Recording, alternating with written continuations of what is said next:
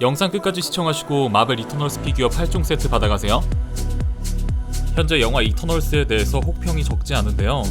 대다수의 혹평들 중 가장 큰 부분은 아무래도 PC주의를 이 영화에 녹여낸 부분인 것 같아요.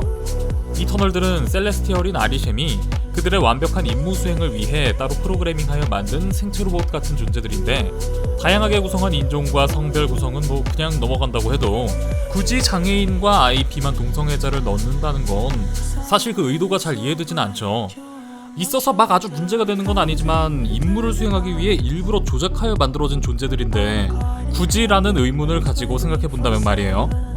없었어도 전혀 영화상의 전개에 영향을 끼치지 않았을 남자 동성애자 부부의 키스신도 그렇고, 여기에 아이를 키우는 남자 동성애자 부부라는 설정, 비주류 영화로 주목받는 중국인 여성 감독까지, 이거는 그냥 마블에서 할 수 있는 건 다 모아서 PC 원기옥 한 번 쓴 걸로 볼 수밖에 없죠.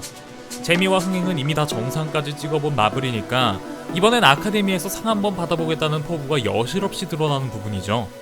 지난 영상에서 저는 이 영화를 재밌게 봤다고 밝혔는데요. 그 부분에 대한 저의 생각은 변함없지만 그 영상에 시청자분들이 달아주신 혹평의 이유 댓글들을 보면서 저도 고개가 많이 끄덕여졌습니다. PC주의에 대한 부분 말고도 너무 빈번하게 과거와 현재를 오가는 편집 방식이라던가, 잘 생각하면 조금 이상한 개연성 같은 부분들이요. 그런데 이터널스의 아쉬운 개연성 부분들을 실제 현실에 대입해서 생각해보면 조금 더 와닿더라고요. 아, 이게 이럴 수도 있구나 하고 납득이 가는 부분들이 있었는데요. 그래서 이번 영상에서는 이터널스의 이야기를 우리가 사는 현실의 이야기로 한번 풀어볼게요. 오래전부터 이곳저곳 개발을 많이 하시기로 유명하신 한 회장님이 먼 미래를 내다보아 미리 점지해두고 사둔 노른자위 땅이 하나 있었습니다. 그런데 땅의 위치는 좋았지만 아직 도로라든지 주변 인프라가 발전하지 않아서 회장님이 구상하는 그런 미래의 사업을 하려면 시간과 비용 그리고 인력 등의 노력이 꽤나 들어가야 하는 상황이었죠. 그래서 회장님은 일단 여기저기서 험하게 막 구르던 일 좀 잘할 것 같은 비정규직 인원들을 뽑아 그 땅의 개발을 맡겨봤습니다. 그런데 이 지역을 개발시키라고 보내놓은 비정규직들이 생긴 것도 너무 무섭고 과격한 데다가 지금까지 해먹던 옛날 양아치 날건달 깡패 시절의 습관을 못 버린 것이었죠. 이런 등살에 못 이겨 사람들은 이 땅에 오지 않게 되고, 그와 동시에 이 땅은 개발은커녕 날건달 깡패 소굴이 되어갔습니다. 있던 인프라도 망가지고 오히려 이들로 인해 발전이 저해되고 있는 상황을 맞게 된 거죠.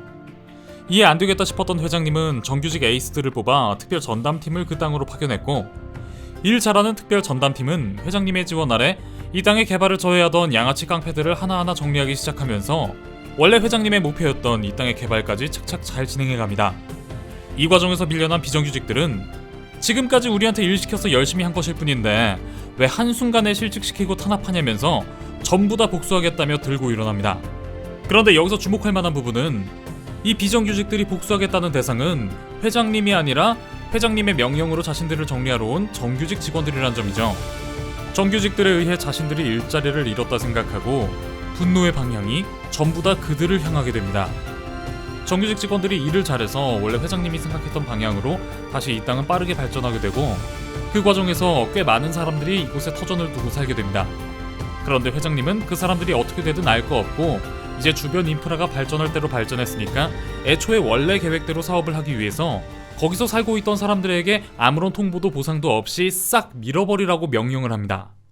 이에 정규직 직원 중 회사에 들어오기 전 인권운동을 했었던 여자 대리 세 대리가 그럼 거기서 먹고 살던 주민들은 어떻게 하냐면서 지금이 어떤 시대인데 회장님 방식은 너무 전근대적인 방식이다, 그런 시대착오적인 회장님의 방침은 따를 수 없다는 식으로 다른 정규직 팀원들을 모두 설득해 하나로 모아 회장님이 오래도록 준비했던 이 프로젝트를 엎어버리자고 들고 일어납니다.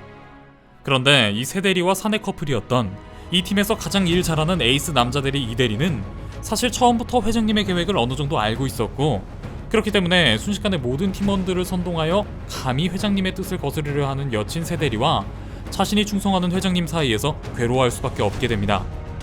그러다가 결국 이 대리는 부장님 팀키를 자수하고는 자기를 짝사랑하고 있는 앳돼 보이는 외모의 부사수 여직원 하나를 데리고 단톡방을 탈주해버리고 마는데, 결국 세 대리를 중심으로 똘똘 뭉친 팀원들은 오래도록 준비해온 회장님의 프로젝트를 엎어버리는 데 성공하고, 회장님을 따르던 이 대리는 회장님을 볼 면목도 없고 또한 여친과의 관계도 완전히 망해버려 눈물을 머금고 회사를 퇴사하게 됩니다.